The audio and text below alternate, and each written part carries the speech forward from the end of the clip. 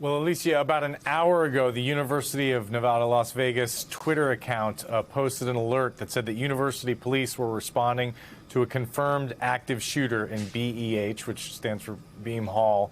This is not a test. Run, hide, fight.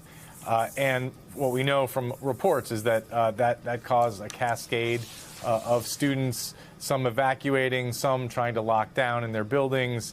A lot of concern. UNLV continued to tweet updates. Eventually, they tweeted a report of an additional shots fired near the Student Union, which is not far from the first location.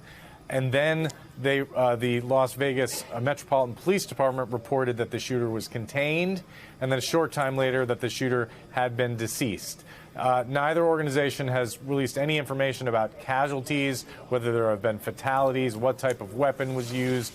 We can intuit from their tweets that we're talking about one shooter here, now deceased. We don't know male or female. So a lot of questions about this, but it's very clear from the response by authorities that this is a very serious situation, and there do appear to be a number of casualties. So, Ken, you have police saying the shooter is dead, but they still want people to stay away from the area. Do we know why?